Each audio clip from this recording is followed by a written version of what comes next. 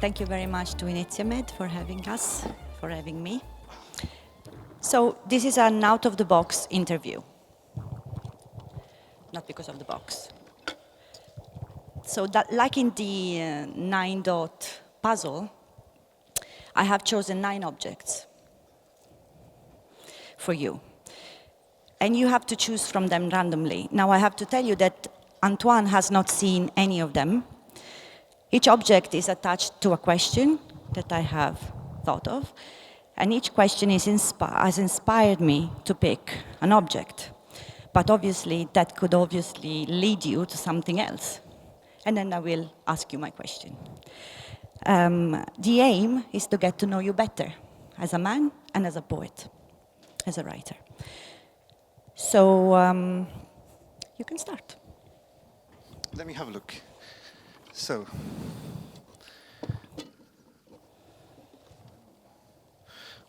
what's this? Do I have to open it and find Open out? it. I think you got the easy one. It's a journal, right? Yeah. It's are these your poems? Are these yours? My writing, something I found in the house. My We'll talk question about them is, another time. All right. Yeah. my question is an easy one. This one is an easy one. How do you write? As a translator, you have rendered work of fellow writers. Obviously, these questions are supposed to have no order. Yeah. So obviously, that's depends on what you chose. So you have rendered the work of fellow Maltese authors, of foreign authors, and you're a writer yourself. My question regarding, the main question is how do you write, but also how translating has changed your way of writing. And how translation influences the writing process, no? Exactly. Okay, so, I mean, I write in a lot of ways, and in the sense that it depends a lot on what I'm writing. I mean, I always have a notebook to take notes wherever I go, but depending on the nature of the book or collection or poem I'm working on, my approach could be different, right? So, when I wrote The Passport, I did a lot of research, first of all, because it's a poem about borders and what borders do to people, and I needed information, right? And then, but to focus on the 40 days,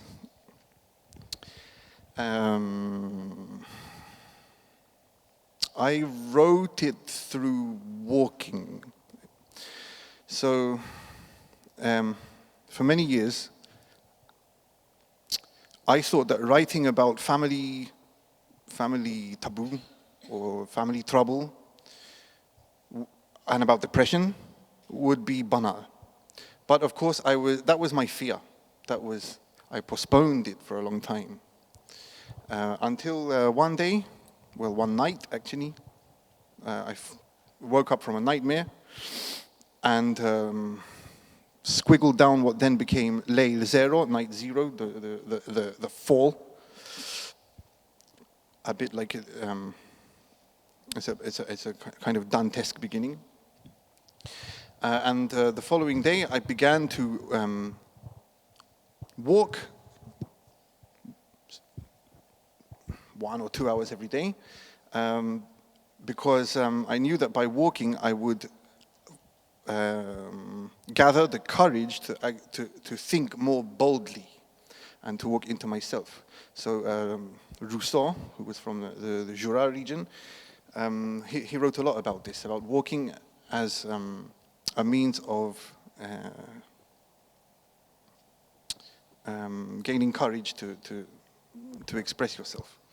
Walking also, it opens neural pathways, and the more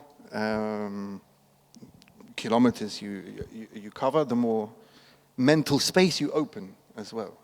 So I make this relationship between geographical space and mental space, if you know what I mean. And and so a lot of what I wrote in the 40 days, I mean, half the book is about walking anyway, came from those walks. And the fact that it's written in hendecasyllables, which has a flexible rhythm and it allows a lot of binary play and so on, that also comes from the regular but flexible rhythm of walking. And the And of course, translation. yes. And so how did I actually sit down and write them? Well, even though it's 40, well, almost, it's 41 days because it begins with night 0. But it didn't take me 41 days and nights to write it. It took a lot longer, right? They're symbolic. So for the first 8 months, I was walking and writing compulsively almost every day. Yeah, I would make a lot of drafts, and I revised a lot more than I wrote. A lot of what I wrote also I discarded. But then the last 6 poems in the book took me over 2 years to write, because I was walking towards what I hoped would be a form of understanding and forgiveness and compassion related to the domestic violence that we heard before. But I needed more time to reach that understanding. And to find, I wrote 3 endings and scrapped them. And then the final ending is, I managed to find a way, a metaphorical way of forgiving without forgiving, if you know what I mean. And translation, well, so when this book was shortlisted for the European Poet of Freedom Prize in Poland, they asked me if any of it had been translated into Polish. And I said, no, I have a Polish friend who has done the passport. We can speak to her. Right? But I had to do a bridge translation first, from Maltese into English, for her to work on. Right? And initially, I thought it would be psychologically difficult to rewrite it in English, but the difficulty was mostly linguistic. It wasn't easy. I did have to go through certain emotions again. Some bits kind of not only rewriting, but filling the blanks in English, because I believe that translation continues to write the original, right? It's not just a rewriting. You have to adapt metaphors, and then the translation offers you new sound play that will shed a new light on what's in the original. So I was rewriting and continuing to write it at the same time. But I wouldn't be able to do that alone, even though English, you could say, English and Maltese are like they're both my first language, but they're both my second language, you know what I mean?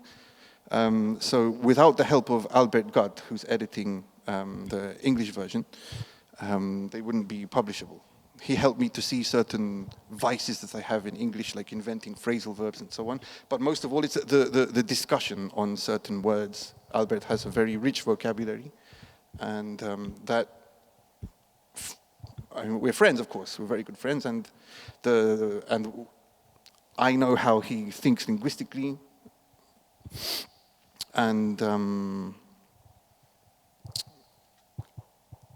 the English version, it won't only be mine, it will be both of us.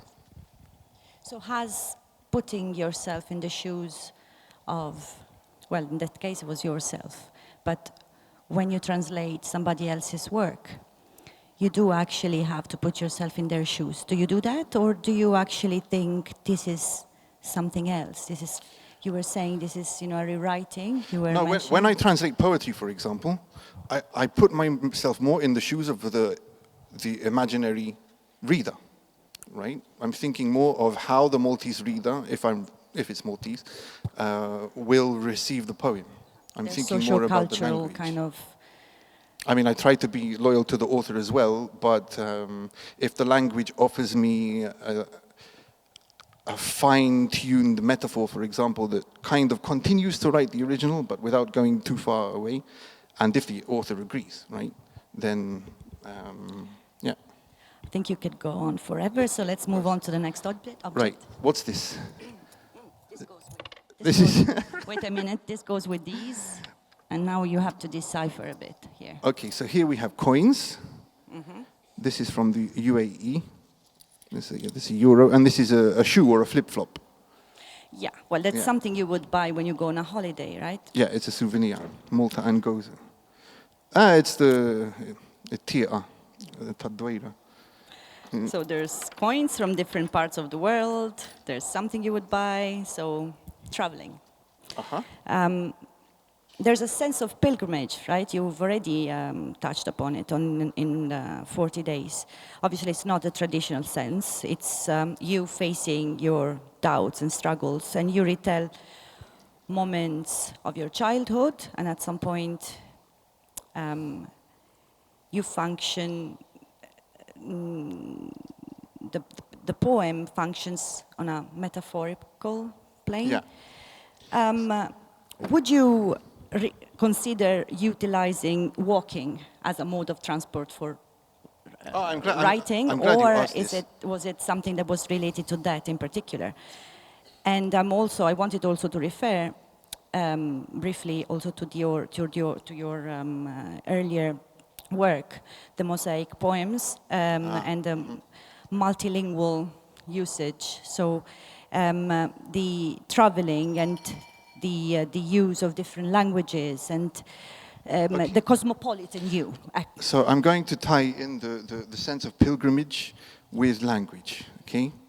Yeah, for me, this book, it was a pilgrimage towards understanding, towards the possibility of compassion, okay? But also, I had to make peace with the Maltese language in a way, because, I mean, you know, when I speak Maltese, I have a certain accent, right? And that's because until the age of 8, I lived in London with my parents, who are both Maltese. But our mother spoke to us in English. Not because she's from Sliema, but because she wanted to, for her own reasons, she wanted to cut off with Malta almost completely. And also because it was more practical to speak to us in English. The Maltese language, we would mostly hear at night time, whenever my father would come, because he didn't come every night. For me and for my younger brothers, until I was 8, Maltese was the language of violence. It was the language of being ordered around, from the most banal thing like bashilu, iftahlu, whatever, to ala halig and even worse, right? But I associated Maltese with my father beating my mother at night time. And it wasn't until I came to live with my grandparents in Rendi, on my father's side, that I began to see Maltese in a completely different way and start to use it. But after around 4 years, my brothers and I went back to England to a boarding school, and we lost contact with Maltese. So it wasn't until I was 26 that I made the conscious decision to come here and spend 2 years with my grandparents to relearn Maltese. And now I work in Maltese as a translator. But even though it's of the languages I speak, Maltese is the one that speaks to me the deepest. It's the one I love the most, by far. Until I was approaching the age of 40, there was still that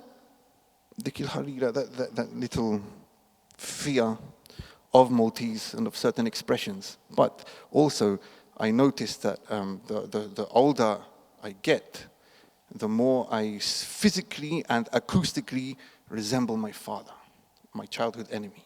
I don't want to demonize my father more than necessary because he did the good things too, which I'll come to now actually, because you asked about travel, yeah? So, I thought maybe there would be a map in here. But no, is there a map there? No, because you have one already. Okay, we will see a map. All right. So, my relationship with maps is very complicated.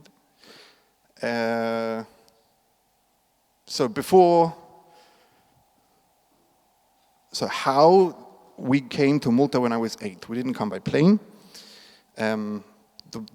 The worst, maybe, and the best thing my father ever did was this.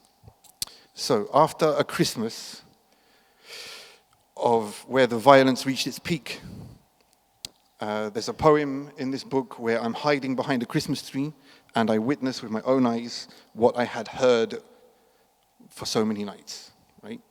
Basically, my father beating my mother into the carpet. Yeah, my mother came to pick us up from school, and she said, boys, we're not going home, we're going to live with some friends. And so we went to some Maltese friends of my mother on the other side of London. 1 month later, my father appeared, and they made a deal that my father would visit us every Sunday. So he came the first time, took us out for a meal, and took us back. And we thought the following Sunday he would do the same. We go for a meal and we come back. But so the second time, it happened to be the day after Valentine's Day. So he came with a big bouquet of flowers. And I thought, yeah, okay, maybe they get back together. Maybe Pa will change. And we thought we were going for a burger. And then when we're in the car, my father says, yeah, we're going to Malta by car. So, yeah, we went home. I had to grab clothes as quickly as possible. I had to get my little brother's clothes and so on. And I was crying for the first 2 or 3 days because I missed my mother, and I knew that she didn't know where we were. The police were after us, but what my father did was he took us across to France, Belgium, and then we were already in Germany by the end of the night, right? So, and we eventually ended up spending a whole month zigzagging around Central Europe, Western and Central Europe. And of course, after 3 or 4 days, for me, it became an adventure. And we had a huge road atlas of Europe. And as I'm the oldest of the 3 boys, I was sitting in front, and I was the navigator. And this way, my father, he kind of empowered me, right? And because the police were after us, and my father didn't want to arrive in Malta too quickly, he didn't really have any itinerary. So he would say, okay, where are we going? And I would look on this map, and I would say, Mönchengladbach, let's go there, according to the music of the name or whatever. No? And that trip, it opened my mind. It opened my mind to the possibility of travel, to geography. I became a total map freak. And yeah. And nowadays you still do travel a lot? Yes, yeah, I still By travel car? a lot. Yeah, so, yeah, last month I drove all the way here. That's right. Because I'm based in Luxembourg, I came from Bratislava to here by car because now I want to write about that road trip. Partly but it's only one small reason, right? But it's an important reason because I haven't told the full truth about my father here. Of course, he's been idealized, conceptualized as a beast, but he's not only that, right? So I want to do justice to him in that way. But also, I want to kind of recover some of those memories. And whilst I was driving, certain moments would come up that I had completely forgotten them. Just, for example, the image of my father driving, but barefoot, not only barefoot, but with only his big toe on the on the gas. You know, it's like just these images, and yeah. Next. Yeah, we need to speed up, I guess, because we're supposed to only take 20 minutes. What's this? What is this? It's Something that is supposed to bring you good luck. Okay, it's lucky like a charm? trinket. Yeah. La carota or something like that. No, it's an Italian custom. Well, yeah, Naples or such. Uh-huh. Yeah, well, something you're supposed to get. Now, this was inspired by a lot I've been reading. This is about passport now. A lot I've been reading about. So one of the arguments about open borders is a moral one. So when someone is born entirely as a matter of chance, is entirely where is born is a matter of chance, then there is a moral justification for compelling people to stay in a poor country. By the same token, those lucky enough to have been born in rich countries have no rights to exclude others from their good fortune. So there's always a recurring word, luck. When you read about migrants, you read their stories, those who are able to tell their stories, and they say, we were lucky enough to be able to tell our story. So if I die, that's the migrant dilemma. If I die, it's bad luck. So every year, migrants die trying. Some almost die trying, and they return home. Others, but that has never stopped them from trying their luck. Now, this is just for you to introduce why you wrote Passport and what is your story there. Yeah, it's quite a long story. I'm going to keep it as short as I can. So the Passport, it's a very personal poem, but I guess it's also collective. So I was traveling in South America with the backpack in 2009, and on the border between Peru and Bolivia, I was traveling with my Maltese passport, the real one, and I went through this kind of micro-humiliation. So there was a soldier with a rifle hanging from his neck, and when I gave him the Maltese passport, he became a cartoon character. The pantomime began, and Malta? And then he started looking around at his soldier colleagues. Malta? Malta? Malta? And there was another soldier sitting by a desk, and he got really excited all of a sudden. He banged his hand on the table, and he said, Malta! And the reason why he was so excited was because he had a list of countries sellotaped to the desk, and he had, next to each country, the price. And so 2 weeks before I had begun traveling, I had saw on the internet, the website of the ministry, that it was free for Maltese citizens to enter Bolivia, but I didn't know that in the meantime, the bilateral disagreement between the two countries had changed. And suddenly, I did have to pay. But when he asked me for money, usted tiene que pagar 498 bolivianos. So this was a number with all these syllables, and it sounded like a lot of money. And most of all, I thought that he was bribing me. And I couldn't, I had no idea. But because there were rifles hanging from their necks, I couldn't really argue. Anyway, eventually I got the change that I needed to get it, and I realized later on that he hadn't bribed me at all, and so I felt ashamed for having judged these soldiers who were just doing their job and whatever. And so to overcome that kind of shame, but also my anger for having been put on the spotlight in front of all these tourists and being judged for coming from an imaginary island that they hadn't heard of. Whilst I was walking in, again, walking led to the passport. Yeah, I didn't make that connection. While I was walking in Chilean Patagonia a couple of weeks later, I wrote the first stanza, and then I started to research, and the reason, the collective reason, of course, for writing that poem is because I don't believe that freedom or privilege of movement should be a matter of luck, of where you're born. I don't believe it should be a matter of how much money you have in your bank account, or the value of your currency and so on. I believe in freedom of movement, not privilege of movement. There's so much more to be said about passports and the sale of Maltese ones and so on, but there's no time now. I go for the next. So I already mentioned Dante. This is Il Paradiso, La Divina Commedia. What's your question? Because this is the most unreadable book that I could find on my bookshelves. not because it's the Paradiso. It's not Dante's Paradiso, this one. Look at it better. It's somebody else's paraphrases of it. Okay. I think we were talking about it the other night. It's an indication of how we are supposed to read and give it meaning. So it's a summary of its contents, it's a summary, an exclamation of the metaphors and the figures of speech. So I struggled with it. I do struggle. I struggle just by opening it. So are there books that you struggle with? This is a question about you as a reader, not about Paradiso. What kind of reader are you? Is there a book that is not supposed to be opened for you?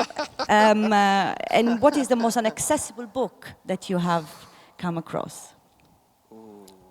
Off the top of my head, The Divina Commedia is not inaccessible, I think, but it takes time to get into the Inferno, of course, because it's 13th century, 14th century Italian and Tuscan, sorry.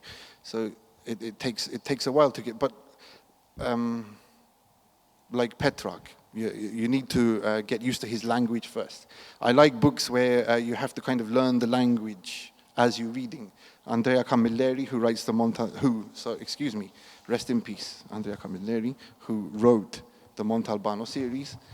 He teaches you his particular mix of standard Italian and Sicilian. And from book to book, the language becomes more complex, right? So it's his way of inviting you into his world by teaching you the language.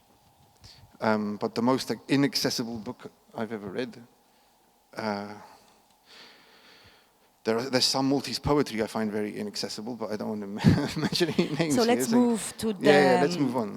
Let's move on to the something related to this, but the multiple labels. In an interview, I think to Maria Greganado, you were mentioning about how important it is that poetry has multiple levels, so that you don't, you have to go back to it. You don't have to just read it and say, okay, that's it. All right, that was nice. But you want to go back to it because it has to have multiple levels. Now, in your earlier poetry, for example, in the mosaic poems, for example, where you have different languages, you have meanings, that can be absorbed by reading them. How did that change in 40 days? Okay. Well, when I wrote the Mosaiki, it's nearly 15 years now. That was when I came to Malta at the age of 26 to relearn the Maltese language properly. And I didn't know what language to write in at the time. I felt if I wrote in a single language, I would be lying to myself because I had lived in France for a while, in Italy. I had spent 4 years in Madrid, so Spanish was pretty much on top. And of course, English was always present, right? I didn't know what language to write in, so I began to experiment with the 5. And after a while, it became a form of self-expression. But eventually, as the Maltese language had been knocking on the door, Maltese, it very quietly, softly slammed the door down, and I had to go into the monolingual. Speaking of the levels, this was, I think, an interview with Marie Benoit in the Malta Independent that you're referring to. Yeah, as a reader and also as a writer, I don't want the whole meaning to be there immediately on first reading. I like it when a poem pulls me in and then invites me to, okay, I'm going to read it again and connect one thing to another. Inter and intra-textuality make literature very rich. And the 40 days, I had to write it in Maltese because I had to overcome the fear of that voice in my head, which is mine, but which sounds like my father's, right? Next. What's this? Film, cartridge. Photographs, image. Yeah, we've had this conversation, I think, also last night, some couple of days ago. The idea of the Kodak film is a question about your book having photographic qualities, and if when reading it, you can just consider it as a picture of the past now, 40 days, or of a having been there, like Roland Barthes would say about photography. When you press the shutter, that picture is no longer you, that image in that picture is no longer you. That's something that belongs to the past. What do you think of Erbainu when you read it now? You still, you consider it as a cathartic, having been a Yeah, it was very cathartic. One of the poems, Night 32, I think it is a description of a photograph that I found a few years ago in my aunt's place, where you see my mother And myself and my 3 brothers, I was 3, and my brothers were 1, and the other one, he's like 4 or 5 days old. But my mother is in the middle, and there are scratches and bruises on her face. It's not a very brutal photo, because it's suggestive. And this poem describes the photograph, but also how I feel 30 years later looking at it. You know? But I don't want to give away much more about it.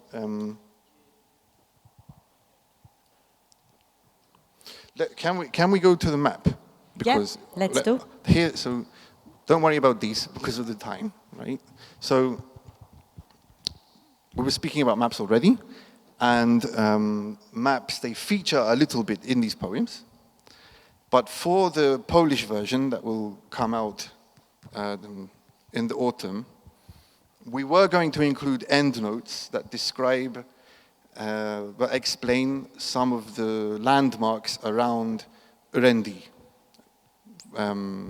So this map by Stephen Shikluna will be used instead of the endnotes, right? There will be a legend below it. This is the area from Widi Zorri all the way to Hajar Im Naidra. Filfla is also there. And it was important to include this in the Polish book. And if there's ever a second edition of the Maltese one, I would include it as well. Because Day 29 is a walk in that area, right? And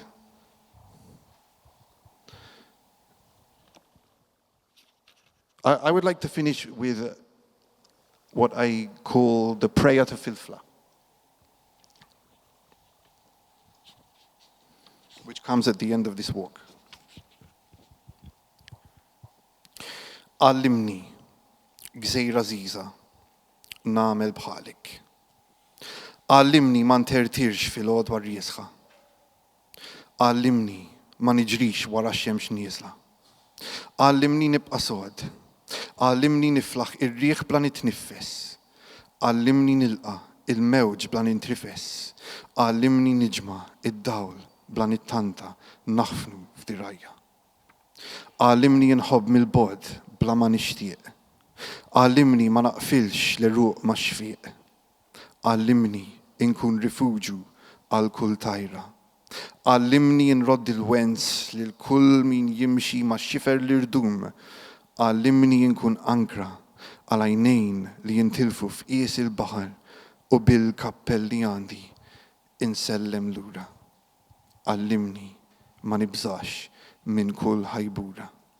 Allimni inkun immaġni ta' sħuħija għal kull min ħass f'sidru il-kisra taċ-ċaħda. Intant sa jroxx il-lejl, nibqgħu bil-qiegħda, nissemma u nodi l-ħalel waħda waħda. Thank you. We have a mirror, a candle.